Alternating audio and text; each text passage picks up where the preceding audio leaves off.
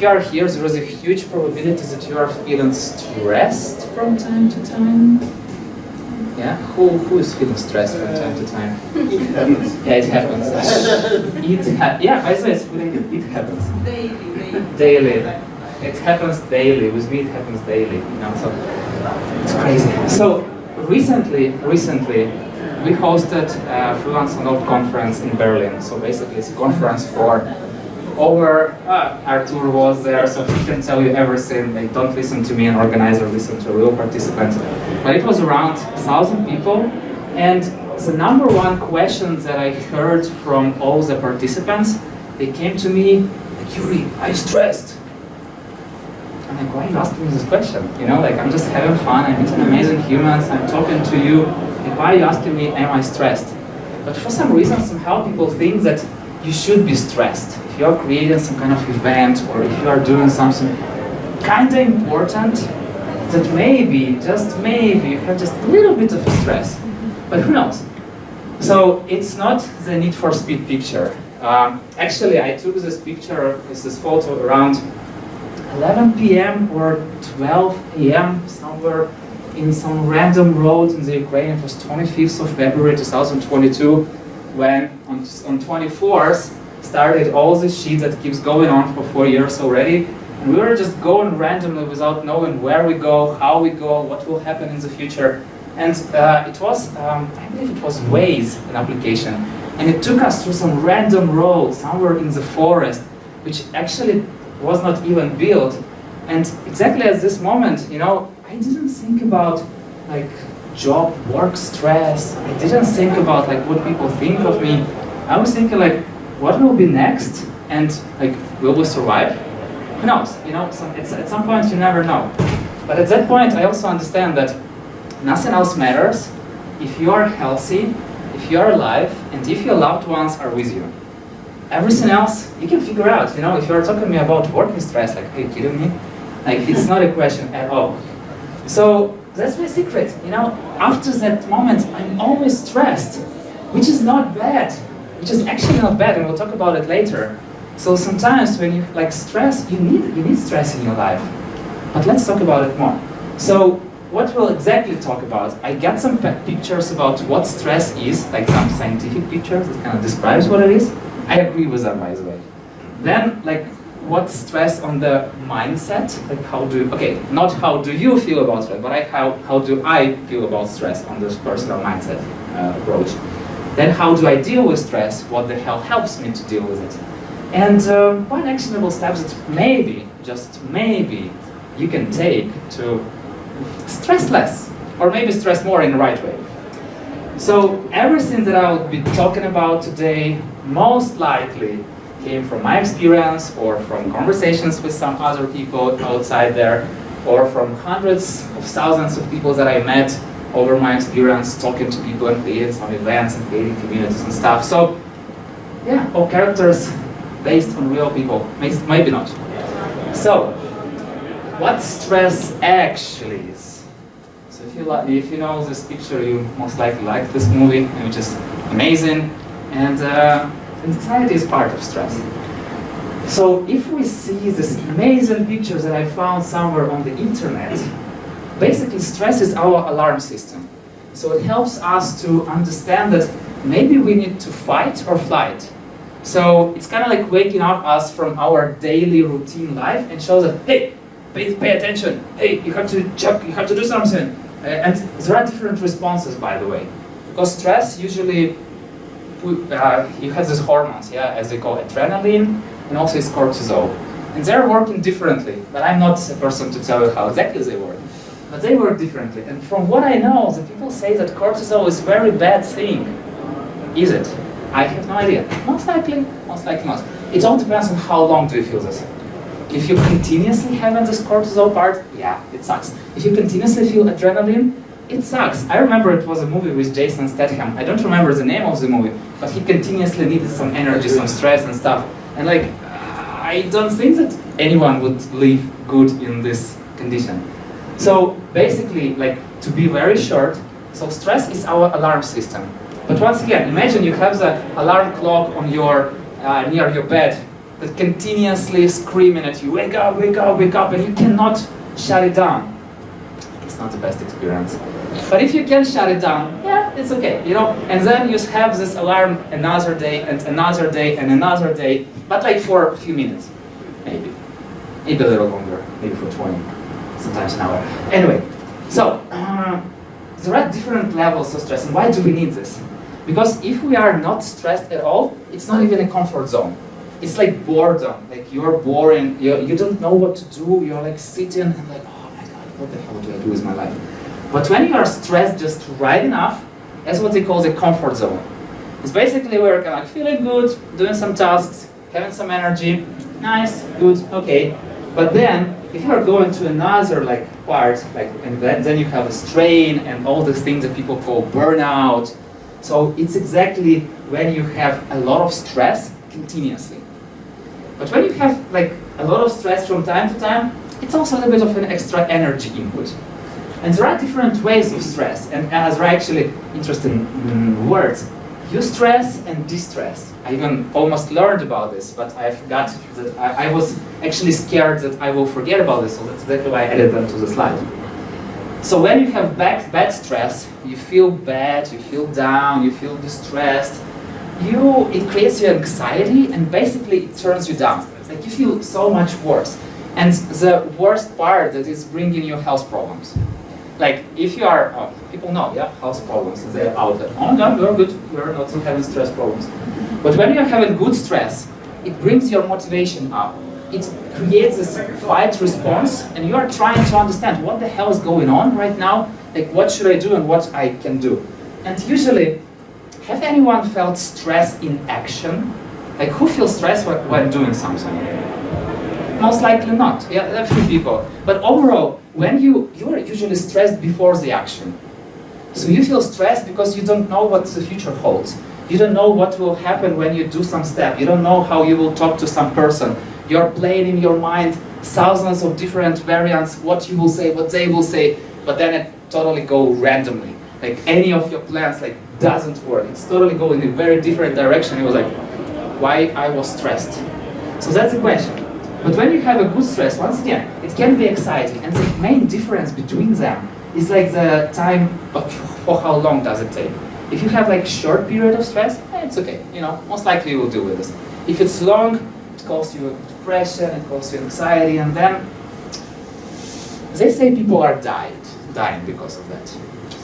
Not good. And also, the thing is, both types of stress, good stress and bad stress, are contagious.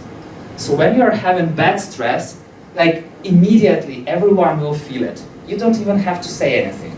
You will just go to the room with people who are happy, they will feel your stress on like biological level, then will see your stress, and then there is a huge chance that they will get stressed. It depends on like whether they care about you or not. Sometimes you get stressed even when you meet people who are not care about you.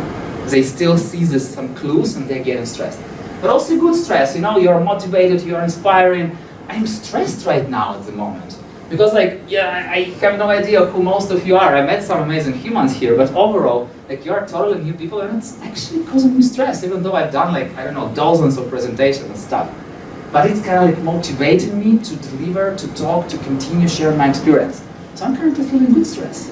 So yeah, it's contagious. And you know, sometimes when you go to the room and you usually want to make some good impression, it's better not to show your stress, but you kind of can't. Because if you are stressed and you don't know what to do, like how to act, even when you think that you are confident, there is a huge chance that people will feel that you are not that confident. Especially when you go into a job conversation and then you are meeting this like 5 people sitting in the room and asking you some random questions and you don't know what the hell is going on. But the moment you understand that, oh, actually they're asking me something that I know about. I'm an expert, I can answer to this. So in this moment you're moving from being stressed to being confident, and most likely job interview goes okay-ish. It depends.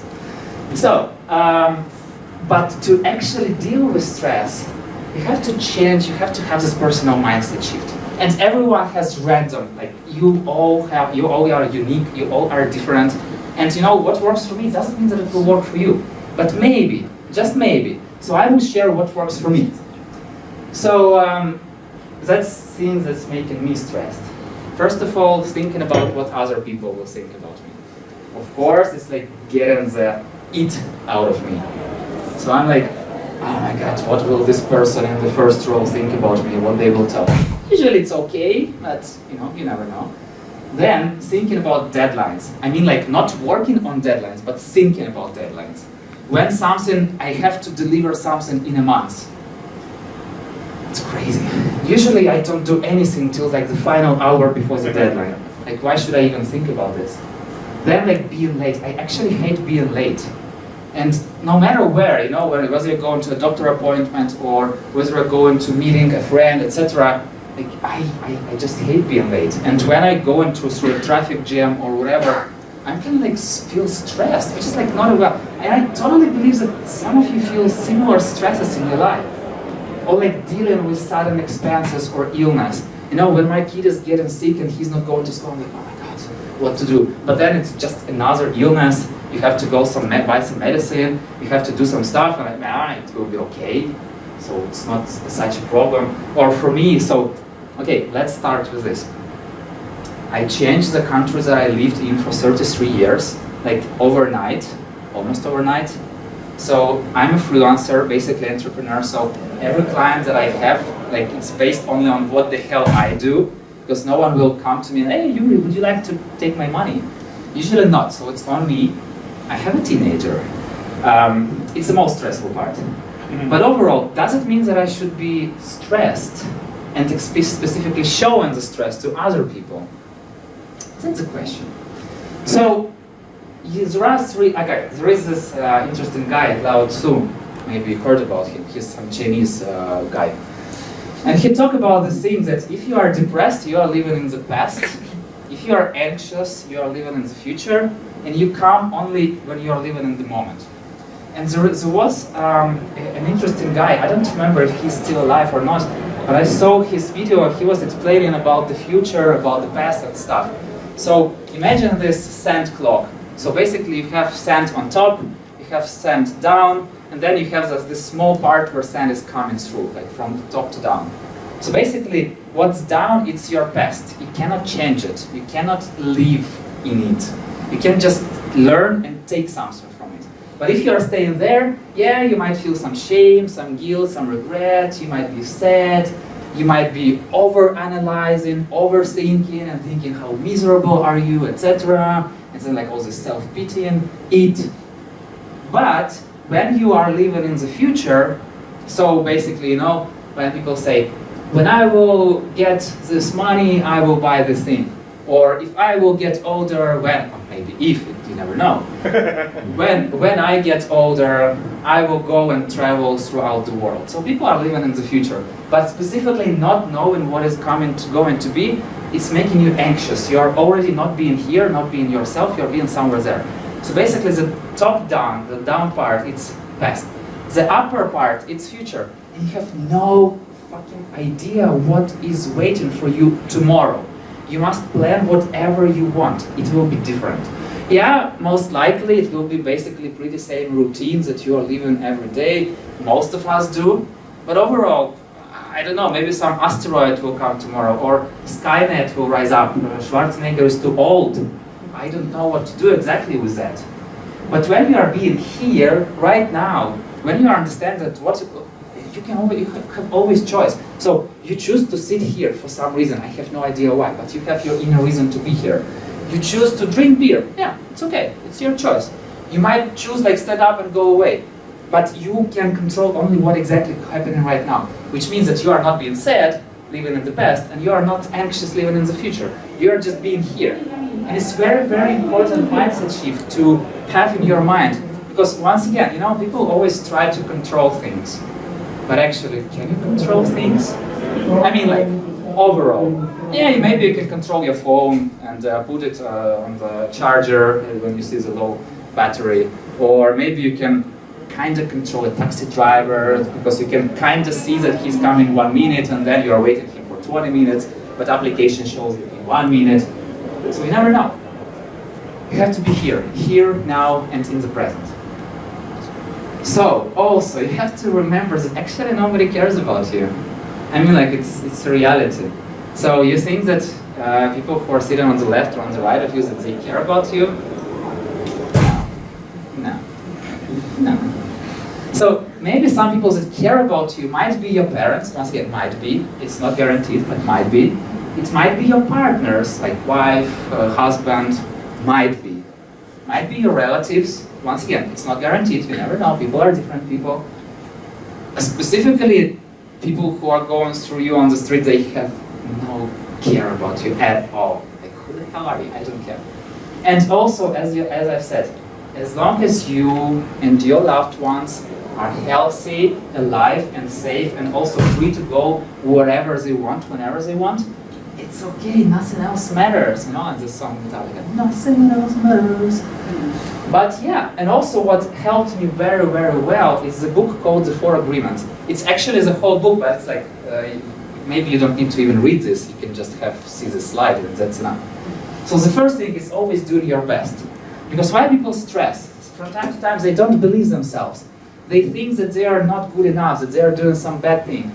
But if you have this personal agreement, not with someone, not with God, not with your partner, not with your manager, but with yourself, to do your best, it will be okay. And doing your best doesn't mean that you have to be perfect all the time. When you are ill, your best is just to lay in the bed and get healthy. You just drink tea, you take a sip, it's your best. You know, you cannot run a marathon when you are ill. Most likely, depends. When you are on the best level, of course, try to be perfectionist. But once again, not be perfectionist, but kind of try to be. Because anyway, there is a thing that I learned from one person on a podcast. He told me, like, something that is 80% done for you might be 150 for someone else. Because you never actually know what are expectations of other people unless you ask them. And people are usually living in expectations of other people. Not always, but usually. Most of people, like 95%. The next thing, don't take anything personally.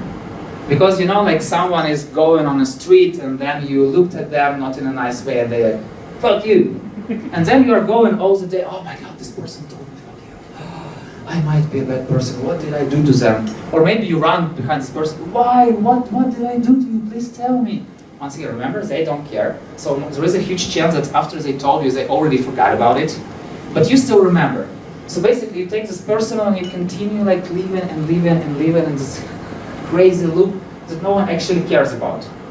So when you don't think personally, you know, someone can have a bad day. It's okay. If you really want to understand people, go talk to them. You know, don't assume that they think something that you think. And also, it's actually going to another agreement. Don't make any assumptions. Because when you are thinking for other people, you are doing their job. It's not your job to think for them. It's not your job to think for your manager. It's not your job to think for your partners.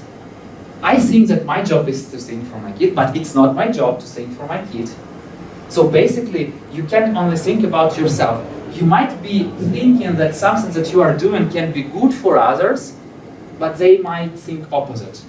And something that you are doing is bad for them, it might be good for them. And you will never know. You know, if you're doing these assumptions without actually talking to people, you are in a very, very shitty situation. And the fourth agreement, I still play with it. Like, it means that you kind of like speak with integrity and say always only what you mean and blah, blah, blah. It sounds nice. I kind of try to live by it, but it's hard, you know? Sometimes I'm saying something that I don't really mean, and it's still work in progress. But actually, it's a very short book. It's around, I don't know, up to 100 pages. So you can read it and you can get some clarity. Or you can just, you know, take a photo of the slide and reread it, and basically it's almost all the book.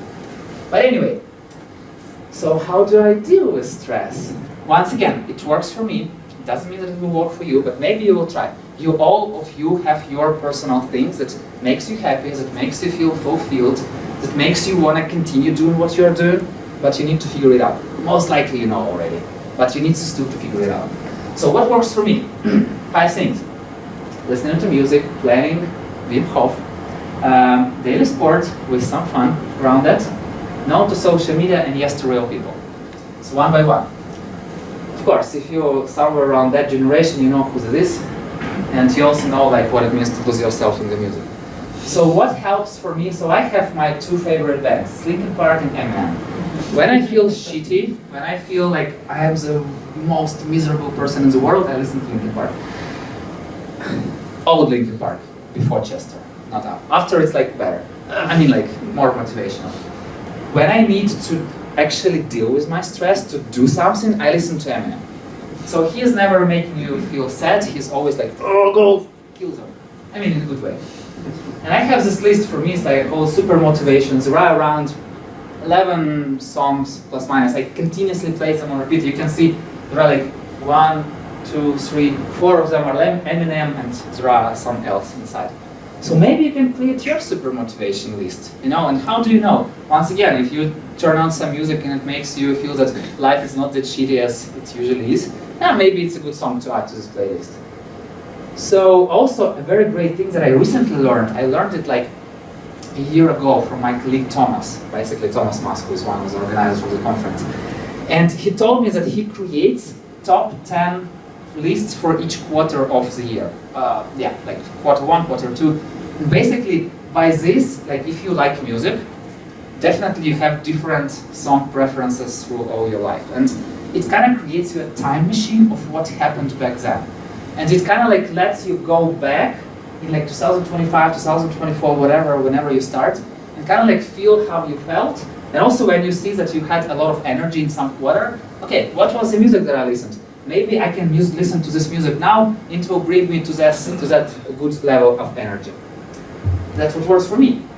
Next, planning. It's my favorite part. You always plan and it never works, hopefully. There is my basically weekly list of tasks. I usually create it on Monday morning, or maybe if I'm like very, very confident, I create it on previous Friday evening. But it's rarely happens, usually Monday morning. I write down all the tasks that I have to do, like I get it from a calendar, from my mind, put it all inside, and you see these numbers, but initially there are no numbers. And basically every day in the morning, I go and think like, okay, what do I feel doing like right now?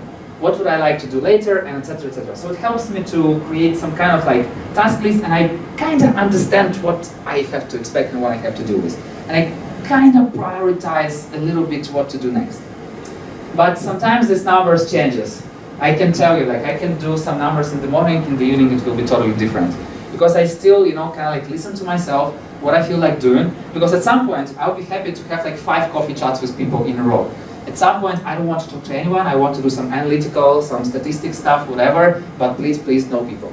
It depends. So you need to feel how you feel, and then to do what you want to do. Sometimes when you see some task that you move forward and forward and forward, maybe you don't have to do this task.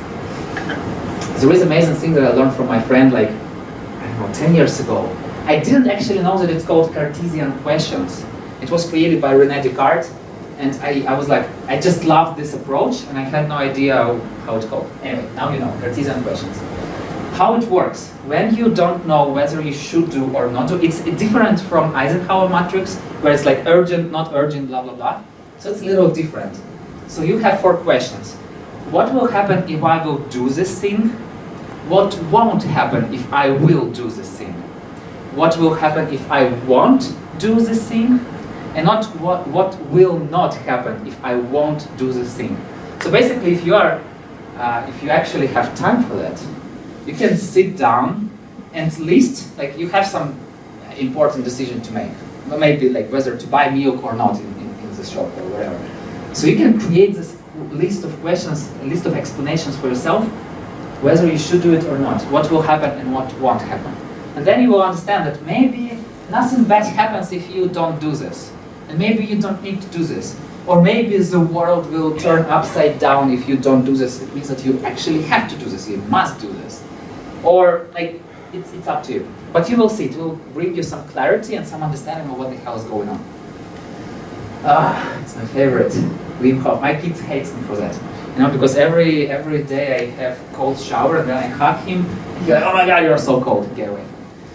It's always our ritual. But yeah, Wim Hof, he has his exercises. He called it, of course, Wim Hof's exercises, but I also read the book called Breathe, and I learned that it's also two more, or kind of like inner fire breathing that came from Tibetan monks. So how it works? You can Google it, like it's Wim Hof have a really good explanation, but basically you lie down, or maybe sit down, better to lie down, it's better. You do like 30 power breaths, which means like total full in, then like easy let go. Do not like full let go, not like that, but something like that, like 30 times. Then you exhale, like you put the air out, and you hold your breath. First of all, you'll be surprised for how long you can hold your breath. Like I was actually surprised because I didn't know I can do this. But specifically on the exhale, because usually when people like want to hold their breath, they inhale, held it, and like, okay, how much? 1 minute. But it's totally different. Then you hold as long as you can, and then you do the recovery breath, which means that you like full inhale and hold the air for 15 seconds. And then you do these circles for 3 times. There is a huge explanation. Wim Hof says that it puts oxygen into your blood, it's like blah blah blah, it makes your blood alkaline, etc. I have no idea what it means. But what actually I noticed, first of all, it really slows down my heart rate. So I checked, sometimes when I'm doing this exercises, my heart rate going to like 45 beats per second. It's like very low. I didn't even had it like on the night sleep time. Which means that I can get him calm, maybe, or I'm dying, I have no idea. And the next thing that Wim Hof is also talking about, he's talking about like ice shower or like ice breath. I don't think that it's very good for everyone, because you need to go to a doctor and check whether you're okay to have this thing. But cold showers is really working. Once again, it's getting like decreasing a little bit your cortisol, and it's kind of like creating small stress, but it's kind of like controllable stress. And also this breathing exercise, like when you're doing this high, like fast inhale, exhale, it's also like increases your heart rate, and it's also creating kind of like controlled stress. But when you are doing this in control setting, it will be easier for you to deal with stress later when you have uncontrolled setting. Yeah, I see you looking skeptical. Try this, and then we'll talk.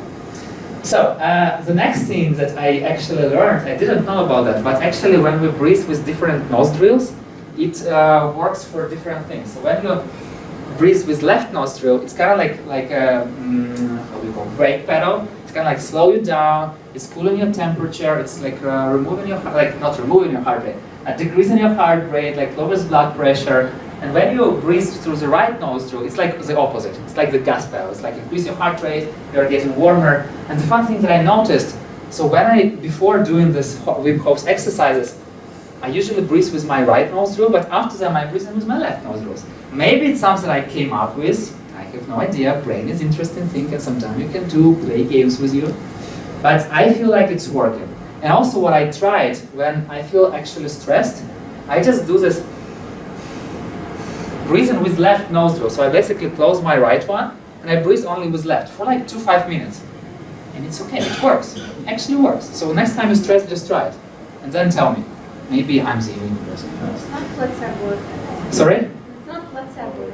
I have no idea. But if placebo, who cares if it works? It's also the question, by the way. Placebo effect, people think that it's something bad, but is it? Like if you are having some illness, whatever, and then you are taking some vitamins thinking that it's curing you and it's actually curing you, I feel like it's okay, you know? As long as you are not trying to cure cancer with some, I don't know, plants, whatever. So don't play these games. And yeah, next thing is what helps me is daily sport. And daily sport, I'm not saying to go to gym every day. No, please, no. I hate gyms, actually. There is too low air, no way. There are these gym guys, gym bros. Not for me. So plan minimums that I usually have, so I have 2 dogs. Sometimes I'm trying to take my kid, go walk them. But at least 2 times a day I have to do it myself, in the morning and in the evening. So at least I need to walk the dogs, and I always have like plan minimum to have 1 walk in the park. So I'm living near the beautiful park, so it takes like 15-20 minutes. But it's actually enough. So I actually use my clock not as like, it's kind of like this yellow accessory, so I don't even care about how much steps do I do daily, because I know that if I do walk the dogs, then I do 1 walk in the park, it's enough. It's enough for, it's like my plan minimum. Then there is plan normal, like all previous thing. Then I do a Nordic walk, you know, with this stuff, with these people. Not in the snow, sometimes in the snow, but usually it's like just with the sticks. I just don't like running actually, but I see a lot of people running. Okay? So I do Nordic walk, and usually we have some kind of exercises with my kid or my wife. Sometimes like some abs, whatever, or we actually like this Gillian Michaels, like very interesting parts. It's like plan normal, and basically plan maximum everything extra. If we go on a day trip, whatever, it's extra. If I happen to, I don't know, move some things in the apartment, it's extra. So everything is extra. But you know, when you have these different plans, you cannot fuck up. Because if you plan that I need to go to gym every day, specifically at this time, you will fuck up. You will like, no, one day it won't work. I can guarantee you, no matter how amazing you are in planning, you will not walk, at least one day. And then you will feel sad, oh, I didn't walk, blah, blah, blah. But then if you have plan minimum, you will definitely achieve it. Unless you are ill. But once again, do your best as much as you can. And yeah, it's all about having fun. You know, recently I found some nice places. Okay, we were there just one time.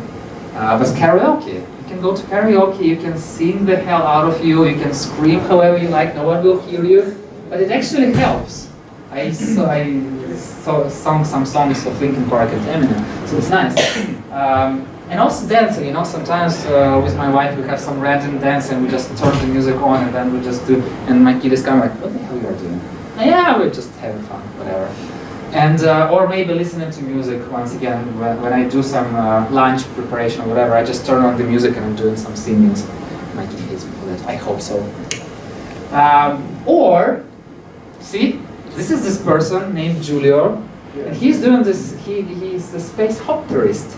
Basically, he has this amazing thing, and he jumps all over the Warsaw. He goes to Pole Mokotowskie, he goes to Aleje Jerozolimskie, he goes to Park Szczęsliwski. You can find him everywhere. He even wearing Gdańsk. I don't know where he didn't come. Maybe you can tell me where you didn't come. Or maybe you can come there later. But anyway, it's all about fun. Yeah, it's all about fun. So, you know, the first time that I heard when Giulio told me what he's doing, I was like, it's crazy, but it's fun. It's amazing. And he also showed me videos and pictures how other people, by the way, from Venture Cafe, is also doing it with him. So first of all, here is this Giulio, here is this bald guy. Look at him. Yeah, here's he. So go meet him. Yeah, exactly.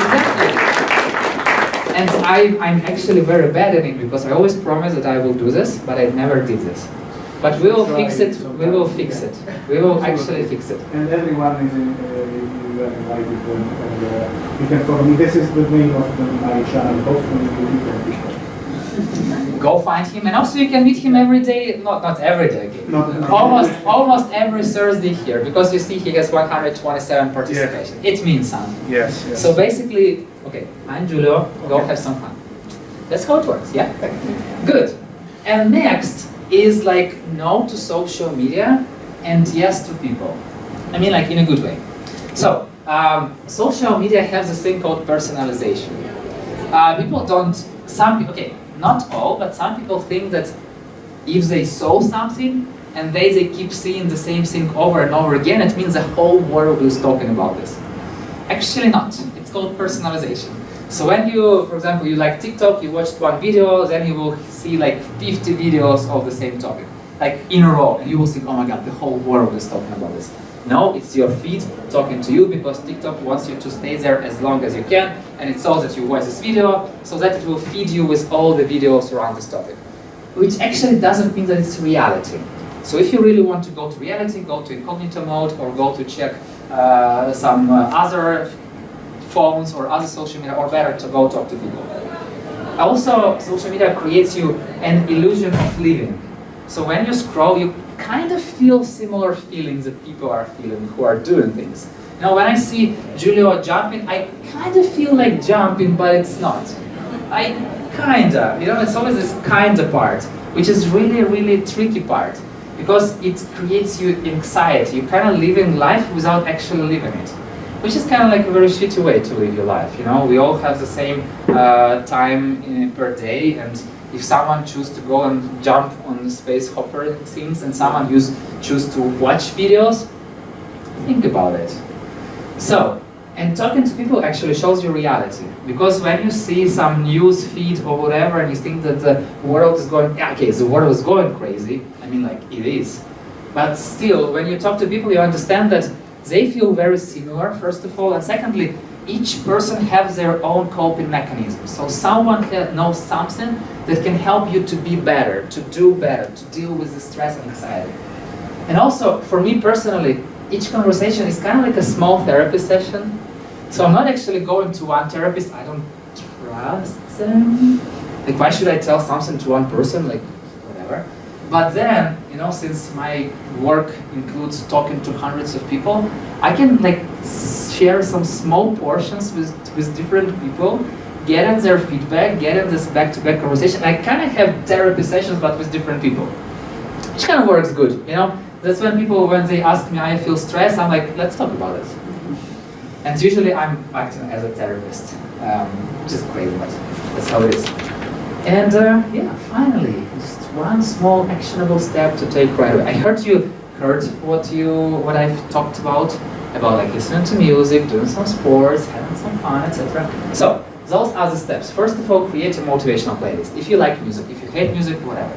If you don't have your own motivational playlist, ask me, I will share with you mine. I'm not guaranteeing it will work, at least we can try. Then, specifically, add, you know, if you use calendars, add 15-minute walk to your calendar. Then you will have no excuses not to use it. I mean, like, you always have excuses, but it helps. Sometimes just adding it to the calendar and specifically blocking this part is helping you to deal with and actually act on this. Then, there is this crazy part, but if you are really into that, if you really want to deal with stress, like, create a list of all the things that brings you stress. Like, literally write it down, like being late, talking to management, thinking about the future, like thinking about the work, I mean, whatever, who knows. But like, list them down. And then just to think, you know, use these Cartesian questions to understand what will happen if, yes, no, etc. Play with it. Do some mental exercises. Yeah, exactly, use Cartesian questions for thinking of them and also for making decisions. Try to do one breathing exercise, whether you like to do Wim Hof's exercise or like just breathing with like left-right nostrils, or there are like hundreds and thousands of exercises in the internet. I didn't actually believe them, and maybe it's placebo, I have no idea, but they work for me, so who cares? And also speak to one person, you know, people are just here to actually talk to each other, and all the social media creates an illusion of conversation. But usually you kind of like have conversation without a conversation. But go to this venture cafe meetups, go outside, find some people, like go speak to some people in the shop. It's crazy, I know, but still, it helps. You know, when you're speaking to someone, it makes you feel less crazy. Or maybe more crazy, it depends who you're talking to. But anyway, choose any, or maybe create your own step, but the main thing is that anything about zero compound. It's like my mantra that I always use no matter what. Like everything that's the smallest steps that you are doing now and continuously doing, like a year later you will thank yourself, oh my god, I was so amazing how I decided to try the thing. But if you start with small steps and continue doing it, that's how it works, you know, that's what people say. First of all, it's math. You can believe math if you don't believe me. And then there is this nice picture I always love, you know, sometimes you rely on motivation and you're like, I will kill this world forever. And then nothing works, but then if you're doing like just small steps, no matter what, moving forward, you have much better results than overall. And once again, stay true to yourself, remember that nobody cares about you, like it's reality, that is true. Some very few people care about you. But you are still unique, you are worth in it, and you have to just stick to yourself. And there are 8 billion people out there. If you are not clicking with one person, there is a huge probability that out of 8 billion you will find someone. At least, there is like, once again, statistics, it's like almost like math. That's part of math. And remember that anything above zero compounds. And yeah, just remember to stay positive. You know, because when you are like being sad and angry and growly, and then you feel miserable, and you are your worst critics usually. Like I don't know people who like think that they are bad because someone told. Okay, we all think, but usually we are our worst critics. And if we think that we are shit, no one will tell that we are right. You know, because But when we think that we are perfect, yeah, maybe someone can tell us that we are shit, but yeah, who cares? Yeah, and some useful materials. I already told you about the 4 agreements, and the one book that came actually to my mind and to my heart, and once again I learned it from my kid, from his school program. It's like Oscar and the Lady in Pink. It's a very short story about a boy. It's a very sad story, but it's kind of like tells you that, do you actually have problems to be stressed? Maybe not. If you read the story, you understand that most likely you are not having those problems. And yeah, so talking about the people. So I'm doing this thing that I call friend work, and so I truly believe in human connections. I truly believe that you must connect, and it helps you grow on personal and professional level. And if you don't believe me, believe the Harvard study of adult development. They've been doing it for over 80 years, and they actually were studying people and how they live and how much they communicate with other people. And those people who were in good connections with other families, they have communities around them, they were living longer and happier lives. And those people who not, they were miserable. So yeah, and I'm trying, so once again, since I'm talking to hundreds of people, I'm trying to share here a little bit of insight, something that works for me, something that you can try. So please check it out and let's talk. If you find something interesting, you can always hit reply and send me a message back, and there is a huge probability that I will answer to you. Like almost 99.9%. And yeah, so the question to the answer to the question, was I stressed during the conference for 2 days with around 1,000 people? I did not. I wasn't stressed. I was happy, I was energized, I was talking to amazing humans. This is John Younger, who came from all the way of the New York, the grandfather of freelancing and stuff, and I finally was happy to meet him in real life. This is my colleague I'm working with. This is Nicolene that I had podcast with. This are our amazing volunteers who helped us. Like this speaker dinner. Why should I be stressed? No way in hell. I did the preparation. I know that people are coming. We are having this energy and vibes. No way in hell I'm stressed. So no, you know, sometimes you can use stress for a positive way, and then I actually was stressed, but in a good way. So yeah, thank you so much for choosing to spend the time with me. And if you have any questions, please ask. And also remember to connect. He's basically my LinkedIn, and yeah. And now's the time for applause.